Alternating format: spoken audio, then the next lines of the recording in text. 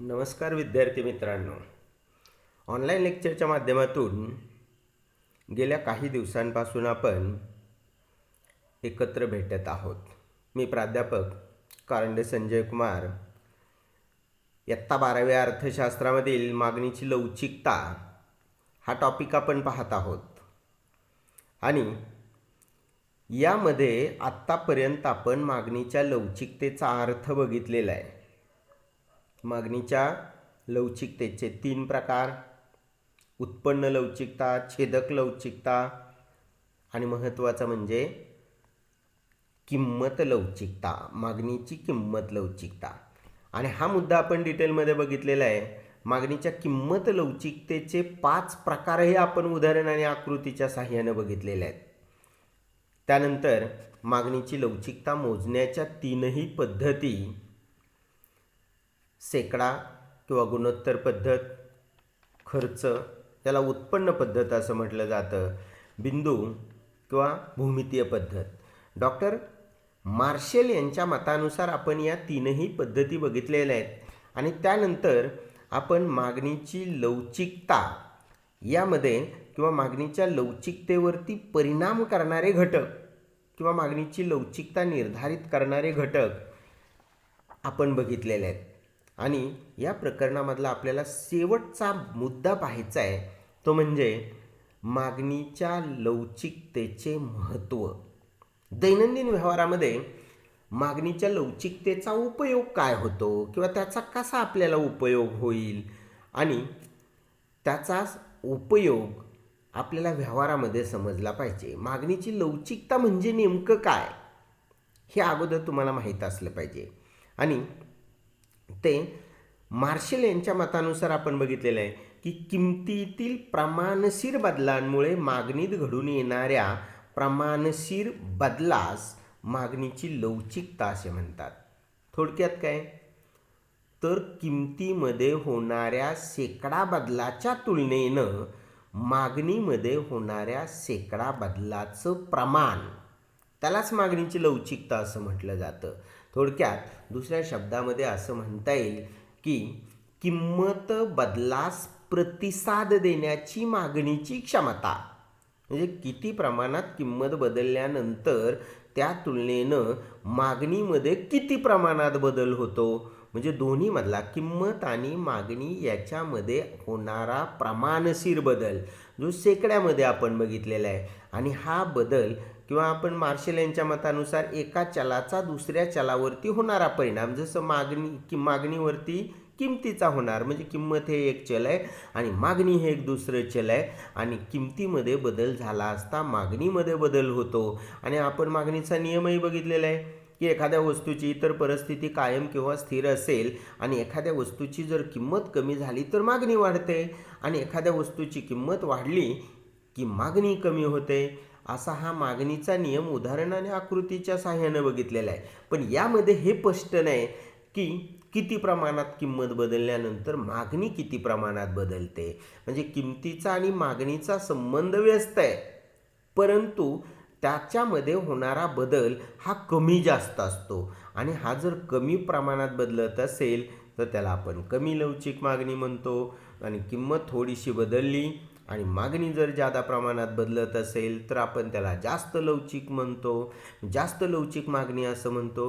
म्हणजे अशा प्रकारे आत्तापर्यंत आपण मागणीची लवचिकता हा मुद्दा उदाहरणासहित आकृतीसहित बघितलेला आहे. आणि माझ्या माहितीप्रमाणे आता तुम्हाला मागणीची लवचिकता म्हणजे हे नेमकं काय आहे हे समजलेलं आहे. आणि यानंतर आपल्याला महत्त्वाचा मुद्दा बघायचा आहे तो म्हणजे मागणीच्या लवचिकतेचं व्यावहारिक महत्त्व.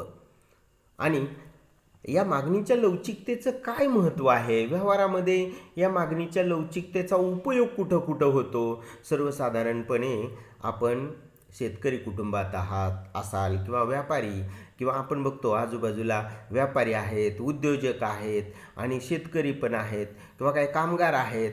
मग या सर्व कुटुंबामधून तुम्ही येणारी मुलं आणि या सर्वांच्यासाठी या मागणीच्या लवचिकतेचा कसा उपयोग होतो किंवा त्याचा आपल्याला कुठं फायदा होईल, कुठं उपयोग होईल, या दृष्टिकोनातून आपल्याला मागणीच्या लवचिकतेचं महत्त्व पाहायचं आहे आणि त्याच्यामधला पहिला महत्त्वाचा मुद्दा म्हणजे उत्पादकांच्या दृष्टिकोनातून मागणीच्या लवचिकतेचं काय महत्त्व आहे. आता सर्वसाधारणपणे उत्पादक किंवा विक्रेता असतो तो जेव्हा आपल्या वस्तूचं उत्पादन करायला सुरुवात करतो किंवा तो एखाद्याच्या डोक्यामध्ये असा आयडिया आलेली असते की आपल्याला आता म्हणजे एक नोकरी पण नाही, उद्योग म्हणजे कुठला आपल्याकडे व्यवसाय पण नाही.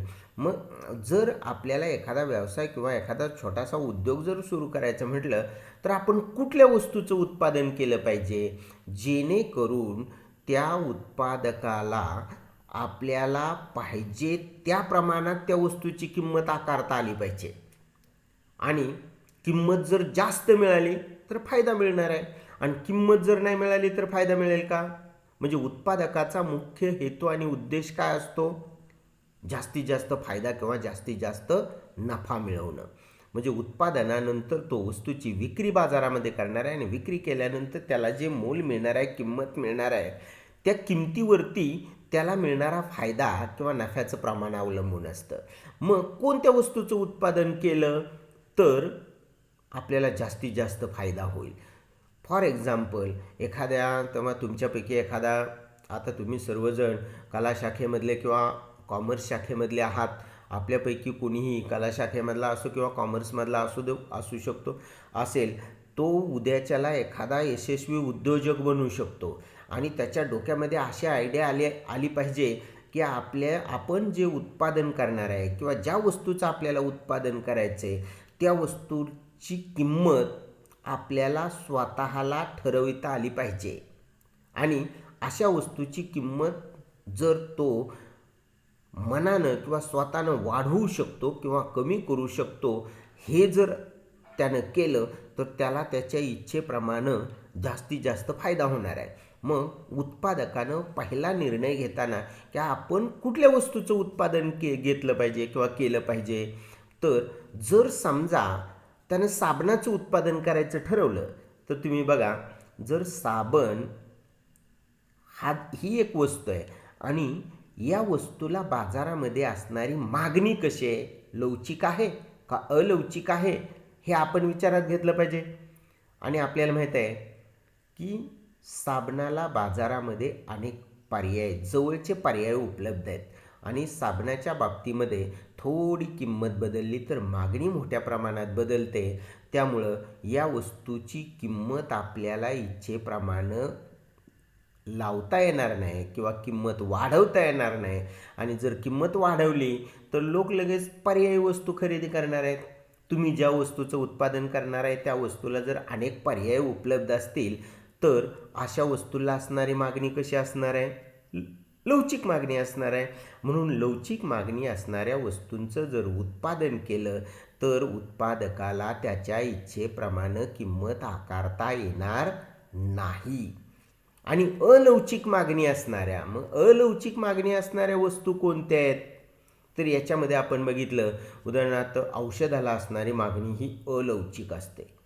तुम्ही जर एखाद्या औषधाचं उत्पादन केलं तर बघा, औषधाच्या बाबतीमध्ये तुम्ही कितीही किंमत वाढवली तरी ते औषध पेशंटला खरेदी करावंच लागतं. मग अशा प्रकारे तुम्ही ज्या वस्तूचं उत्पादन करणार आहात त्या वस्तूला असणारी मागणी लवचिक आहे का अलवचिक आहे हे तुम्ही ठरवलं पाहिजे, तो पहिल्यांदा विचार केला पाहिजे.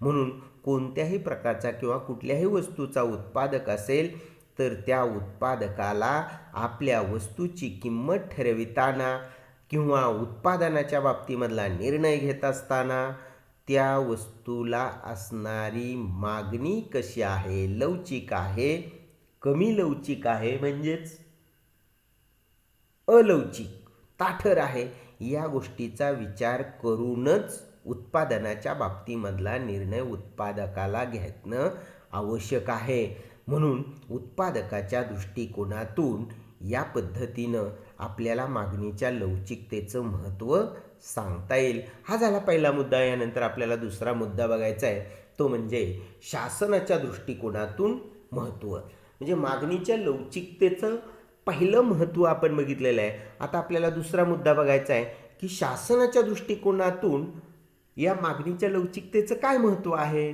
बघा, तर आपण बघतो संपूर्ण देशामध्ये जी शासन व्यवस्था आहे, आपण बघतो देशाचे पंतप्रधान हे पालकत्वाच्या भूमिकेतून संपूर्ण देशामध्ये वेगवेगळ्या प्रकारचे निर्णय त्यांना घ्यावे लागत असतात. आणि असे निर्णय घेत असताना या निर्णयामध्ये सुद्धा मागणीच्या लवचिकतेचा उपयोग होतो.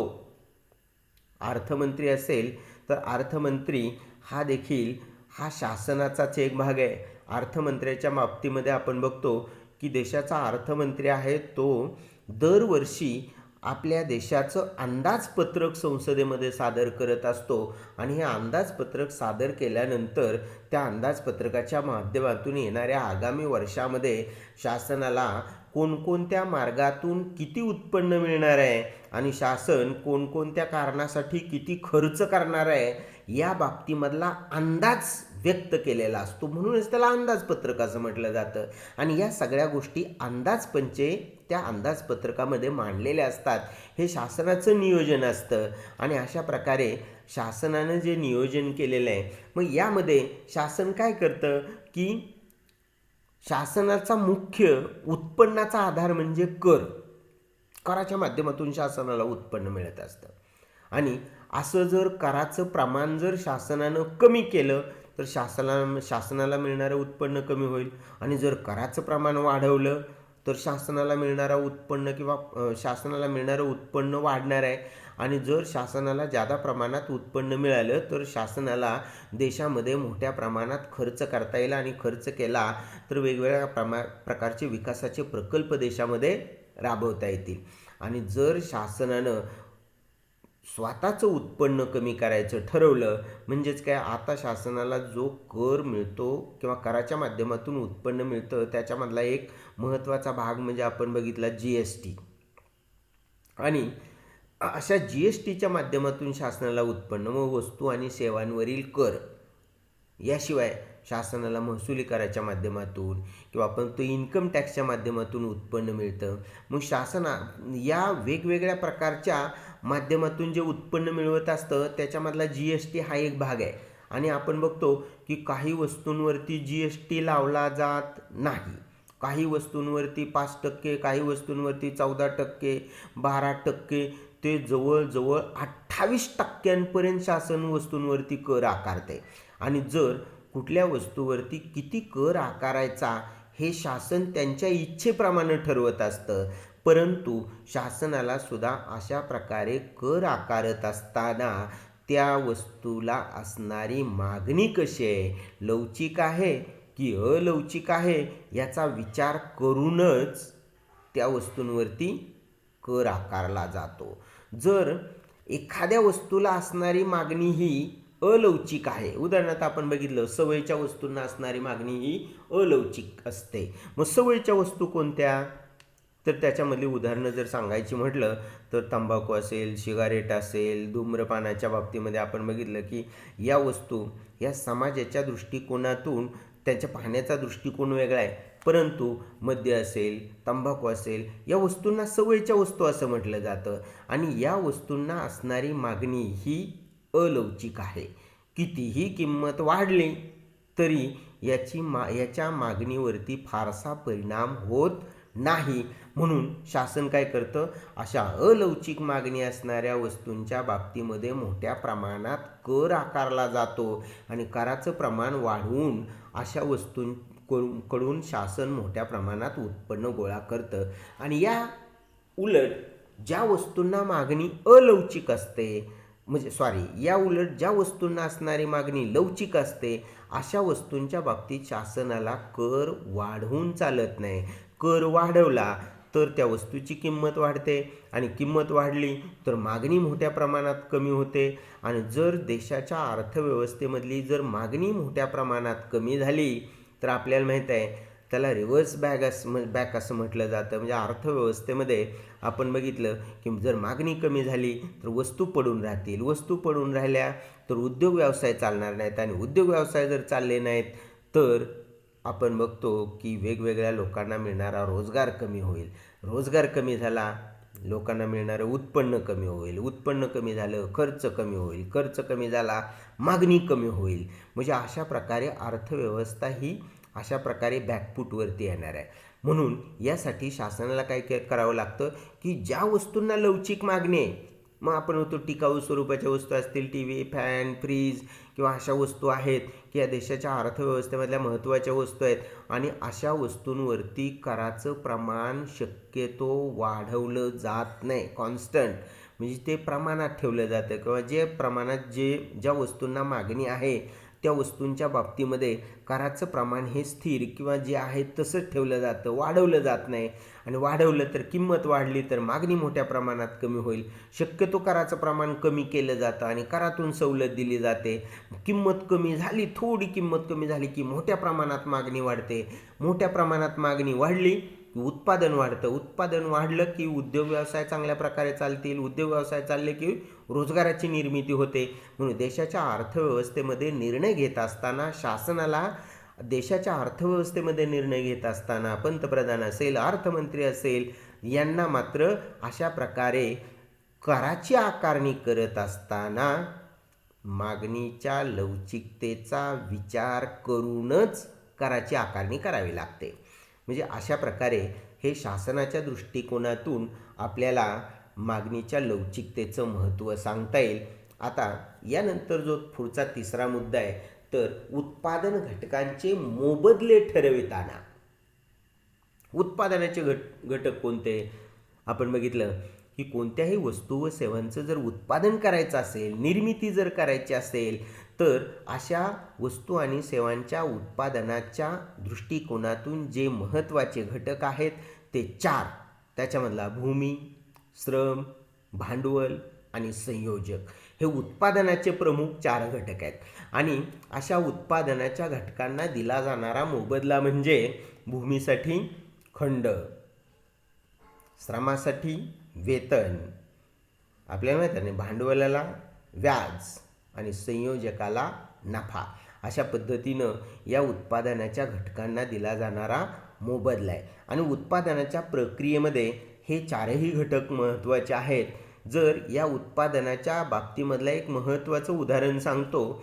जर एखादी कंपनी आहे किंवा एखादा उद्योग आहे आणि त्या उद्योगामध्ये काम करणाऱ्या कामगारांना म्हणजे श्रम हा महत्त्वाचा घटक आहे, आणि श्रमिकांची संघटना पण असते, आणि त्यांचं संघटना करण्याचं कारण काय असतं, कोणावरती अन्याय झाला, काय झालं, तर याच्यामधला महत्त्वाचा भाग म्हणजे वेतनवाढ. म्हणजे श्रमिकांचा महत्त्वाची मागणी असते ती म्हणजे आपल्याला जास्त पगार मिळाला पाहिजे. आणि जर अशा कंपन्यामध्ये आपण बघतो की आपल्या आजूबाजूला अनेक प्रकारच्या कंपन्या आहेत, आणि या कंपन्या म्हणजे साबण उत्पादनाच्या कंपन्या असतील, मोटार गाड्यांचं उत्पादन करणाऱ्या कंपन्या असतील, किंवा 4 चाकी वाहनांची निर्मिती करणाऱ्या कंपन्या आहेत, किंवा आणखीन आपण बघितलं छोट्या मोठ्या पार त्या घासणीपासून ते किंवा टाचणीपासून ते जवळजवळ मोटार गाड्यांपर्यंतच्या हजारो कंपन्या आपल्या आजूबाजूला आहेत. मग अशा कंपन्यामध्ये काम करणाऱ्या कामगारांची मागणी असते की आपला पगार वाढला पाहिजे, वेतन वाढलं पाहिजे, आणि वेतन वाढण्यासाठी ते अनेक प्रकारच्या क्लुप्त्या वापरत असतात. मग त्याच्यामध्ये टाळेबंदी असेल, मोर्चाबंदी असेल, काम बंद आंदोलन असेल, वेगवेगळ्या प्रकारे आंदोलन करून ते आपल्या पगारामध्ये कशा प्रकारे वाढ होईल या दृष्टिकोनातून ते प्रयत्न करत असतात. आणि अशा कंपन्यांपैकी जी कंपनी उत्पादित करते, जी वस्तू उत्पादित करते, त्या वस्तूला असणारी मागणी कशी आहे, बाजारामध्ये मागणी लवचिक आहे का अलवचिक आहे. जर त्या कंपनीमधून उत्पादन ज्या वस्तूचं होतं आहे त्या वस्तूला जर असणारी मागणी बाजारामध्ये लवचिक असेल, लवचिक मागणी वस्तूंना लवचिक मागणी आहे, याचा अर्थ काय, बाजारामध्ये थोडी किंमत बदलली की मागणीमध्ये मोठ्या प्रमाणात प्रचंड प्रमाणात बदल होत असतो.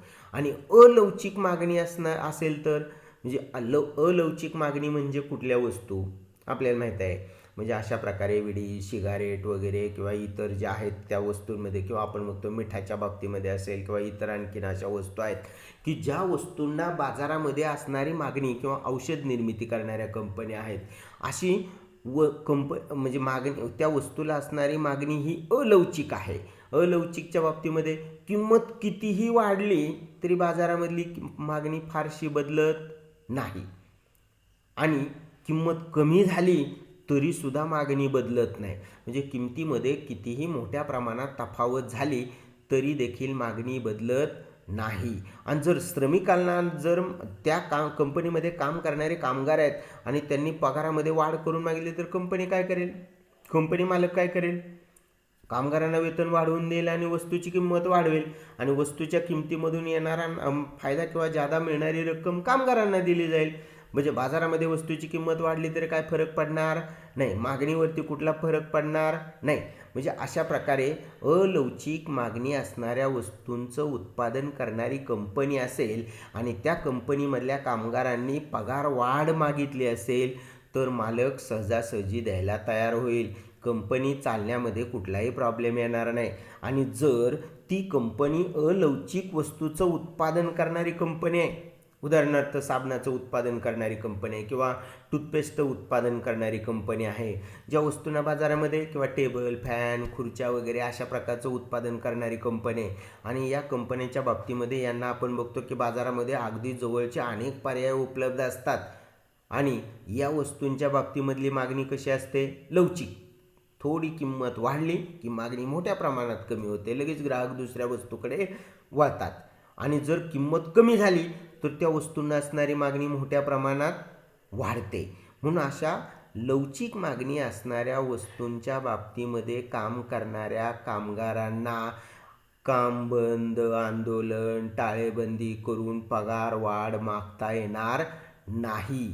कारण आपण म्हणजे काम करत असणाऱ्या कंपनीमधून उत्पादित होणाऱ्या वस्तूंना असणारी मागणी लवचिक आहे का अलवचिक आहे याचा विचार करूनच पगार वाढ मागावी लागते. आणि अशा उत्पादन घटकांना, म्हणजे श्रमिक किंवा कामगार हे उत्पादनाच्या प्रक्रियेमधले घटक आहेत, आणि त्या घटकांना जो दिला जाणारा मोबदला आहे, पगार किंवा ज्याला वेतन असं म्हटलं जातं, हा पगार किंवा वेतन, त्यांना दिले जाणारे मोबदले, किंवा श्रमिकाला दिला जाणारा मोबदला, तसं संयोजकाला दिला जाणारा मोबदला असेल, किंवा भूमीला दिला जाणारा मोबदला असेल, भांडवलाला दिला जाणारा मोबदला असेल, हे मोबदले ठरवत असताना मागणीच्या लवचिकतेचा उपयोग होतो. मागणीच्या लवचिकतेचा हा तिसरा उपयोग झाला.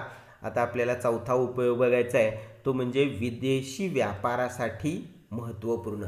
मागणीची लवचिकता ही विदेशी व्यापाराच्या दृष्टिकोनातून सुद्धा महत्त्वाची आहे. विदेशी व्यापार म्हणजे काय?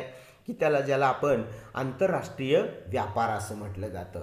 आणि आंतरराष्ट्रीय व्यापार कशावरती चालत असतो? त्याच्यामधले नियम, अटी हे निश्चित कराव्या लागतात, आणि असे नियम आणि अटी निश्चित करत असताना या मागणीच्या लवचिकतेचा उपयोग होतो. आणि जर आपण बघितलं विदेशी व्यापारामध्ये आयात म्हणजे काय, तर आपल्या देशापेक्षा इतर देशांकडून आपण ज्या वस्तू खरेदी करतो किंवा मागवतो त्याला आपल्या देशामध्ये मागवलेल्या वस्तूंना आयात असं म्हटलं जातं, इम्पोर्ट. आणि जर आपल्या देशामध्ये उत्पादित होणाऱ्या जर वस्तू जगातील इतर देशांमध्ये आपण जर विक्री करत असेल तर त्याला आपण एक्सपोर्ट असं म्हणतो, निर्यात. आणि अशा आयात निर्यात व्यापारामध्ये ज्या काही अटी किंवा नियम असतात त्या नियम किंवा अटी ठरवत असताना या मागणीच्या लवचिकतेचा उपयोग होतो. सांगायचं झालं तर समजा आपण बघितलं की परदेशामधून आपल्याला एखादं महत्त्वाचं, म्हणजे समजा औषध, आपण बघितलं की आता जवळजवळ जगभर कोरोनासारख्या रोगाची साथ पसरलेली आहे, आणि जर समजा एखाद्या बाहेरच्या देशामध्ये कोरोना लसीचं किंवा आपण बघितलं शोध लागलेला आहे, आपण बघितलं रशियामध्ये आता सध्या आपण एक वॅक्सिन किंवा अशा प्रकारची लस ज्याची म्हणजे 60 प्रकारच्या आपण बघितले की चाचण्या आता यशस्वी होत आहेत, आणि ही लस आता अवेलेबल झालेली आहे. जर असं औषध एखादं सापडलं आणि जर त्या देशातून औषध आपल्या देशामध्ये आयात करायचं म्हटलं तर आता औषधाची गरज कशी आहे? जास्त. कसल्याही परिस्थितीमध्ये औषध मिळालंच पाहिजे, म्हणजे लोक कितीही किंमत द्यायला तयार आहेत. आणि अशा वस्तूंना औषधाच्या बाबतीमधली मागणी कशी आहे? अलवचिक. म्हणजे त्या वस्तूंच्या बाबतीमध्ये आपण पाहतोय की मागणी अलवचिक आहे, म्हणजे त्याला आपल्याला किंमत मोठ्या प्रमाणात मोजावी लागणार आहे. म्हणजे द्यावी लागणार आहे. आणि जर ते कमी किमतीला, कारण माहीत आहे किती किंमत आकारली तरी आत्ता त्याची मागणी कशी आहे, जास्त आहे. म्हणून अशा प्रकारे त्या वस्तूला असणारी मागणी कशी आहे, लवचिक आहे की अलवचिक आहे, याचा विचार करूनच त्या वस्तूची किंमत ठरविली जाते. आणि आयात निर्यात व्यापारामध्ये ज्या आपण बघतो ज्या काही नियम असतील, अटी असतील, हे ठरवत असताना या मागणीच्या लवचिकतेचा उपयोग होतो. जर आपण आयात करत असणाऱ्या वस्तूंना असणारी मागणी जर लवचिक आहे, आता याच्यामध्ये आपण बघितलं मोटार गाड्यांना किंवा आपण बघतो अनेक प्रकारच्या मोटार गाड्या असतील किंवा ती इतर जे वस्तू आहेत, साबणं असतील किंवा आपण बघतो सौंदर्य प्रसाधनं असतील, अशासारख्या वस्तू जर आपण परदेशामधून मागवल्या आणि त्या वस्तूंच्या बाबतीमधली मागणी कशी आहे, लवचिक, जर किंमत थोडीशी वाढली तर लोक त्या वस्तू घेणार नाहीत, म्हणजे मोठ्या प्रमाणात मागणी कमी होईल, आयात पण कमी होईल. आणि अशा वस्तूंना असणारी मागणी जर अलवचिक असेल तर किमतीचा त्याच्यावरती काहीही परिणाम होत नाही. याचं जर आपल्याला आणखीन एक तुम्हाला उदाहरण सांगायचं म्हटलं, जर पेट्रोलसारख्या वस्तूंची जर निर्यात करणाऱ्या ज्या आपण बघतो देशामध्ये अनेक परदेशामधल्या कंपन्या आहेत किंवा ओपेकसारखी कंपनी आहे, की या ओपेक कंपनीच्या माध्यमातून पेट्रोलचं उत्पादन करून त्याची काय केली जाते, निर्यात केली जाते. मग अनेक वेळा त्यांच्या किमतीमध्ये आपण बघतो वाढ होताना दिसते. मग पेट्रोलला असणारी मागणी कशी आहे, लवचिक आहे की अलवचिक आहे, याचा विचार करत असताना आपल्याला पेट्रोल आणि मोटरसायकल या वस्तू पूरक आहेत आणि पूरक वस्तूंना असणारी मागणी ही अलवचिक असते. म्हणून ओपेक आपल्या मतानुसार, इच्छेनुसार किंमत आकारत असतं. अनेक वेळा बघतो पेट्रोलच्या किमती सतत वाढत असतात, मागणीमध्ये काहीच फरक पडत नाही. म्हणून अशा अलवचिक असणाऱ्या मागणीच्या किंवा वस्तूंच्या बाबतीमध्ये विदेशी व्यापारामधल्या नियम किंवा अटी ठरवत असताना किंवा विचार करावा लागतो की आपल्याला किती प्रमाणात आयात केली पाहिजे, किती प्रमाणात निर्यात केली पाहिजे, आणि याचा विचार करताना आपल्याला मागणीच्या लवचिकतेचा उपयोग होतो. आणि यानंतर आपल्याला मागणीच्या लवचिकतेचं पुढचं महत्त्व बघायचं आहे की सार्वजनिक सुविधा. आता सार्वजनिक सुविधांच्या बाबतीमध्ये आपण बघितलं की पाणी, वीज, वाहतूक, दळणवळण इत्यादी बाबतीमध्ये शासनाकडून या सुविधा लोकांच्यापर्यंत पोहोचविल्या जातात. आणि त्यामध्ये आपण म्हणतो रेल्वेसारखी सुविधा असेल, त्या रेल्वेसारख्या सुविधेला असणारी मागणी आहे ती अलवचिक आहे. सध्या आपण बघतो की या कोरोनाच्या पार्श्वभूमीवरती सर्वत्र लॉकडाऊन आहे आणि संपूर्ण देशामधल्या या रेल्वे बंद केलेल्या होत्या. वाहतूक व्यवस्थेमध्ये आपण बघितलं की या एस-टी आगारामध्ये एस-टीसुद्धा जागेवरतीच उभ्या होत्या. आता थोड्याफार प्रमाणामध्ये रेल्वेची आणि एस-टीची वाहतूक सुरळीत म्हणजे सुरू झालेली आहे. काही अंशी म्हणजे परवानगी घेऊन किती प्रमाणात प्रवाशांची वाहतूक करायची याचा विचार करून. आणि या रेल्वेच्या बाबतीमध्ये किंवा या सुविधेच्या बाबतीमधली मागणी ही अलवचिक आहे. आणि म्हणून शासनाला काय करावं लागतं, अशी सार्वजनिक सुविधा पुरवत असताना तोटा सहन करून, एस टीच्या बाबतीतही आपण बघतो की आता एस टी महामंडळाला कित्येक कोटी रुपयांचा तोटा झालेला आहे. रेल्वे बंद असल्यामुळे आपण बघतो की रेल्वेसारख्या कंपनीला देखील आता तोटा सहन करावा लागतोय.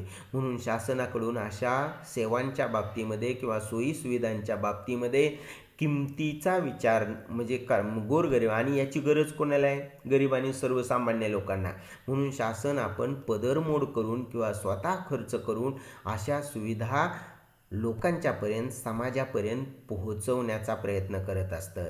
कारण अशा सुविधांना असणारी मागणी ही अलवचिक आहे आणि अशा वेळेस किंमती वाढवून चालत नाही. म्हणून ह्या सार्वजनिक सुविधांच्या बाबतीमध्ये देखील शासनाला मागणीच्या लवचिकतेचा विचार करावा लागतो किंवा त्या सुविधांना असणारी मागणी कशी आहे, लवचिक आहे का अलवचिक आहे, याचा विचार करूनच त्याचे दर निश्चित करावे लागत असतात.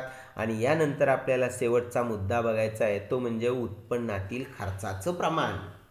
समाजातील लोकांना वेगवेगळ्या मार्गाने उत्पन्न मिळत असतं आणि या उत्पन्नामधला काय म्हणजे आपण बघतो बराच भाग हा वेगवेगळ्या कारणासाठी खर्च केला जातो आणि खर्च करून जे उत्पन्न शिल्लक राहतं त्याला आपण बचत म्हणतो. मग उत्पन्न कमी आणि खर्च जास्त असेल तर कर्ज होईल.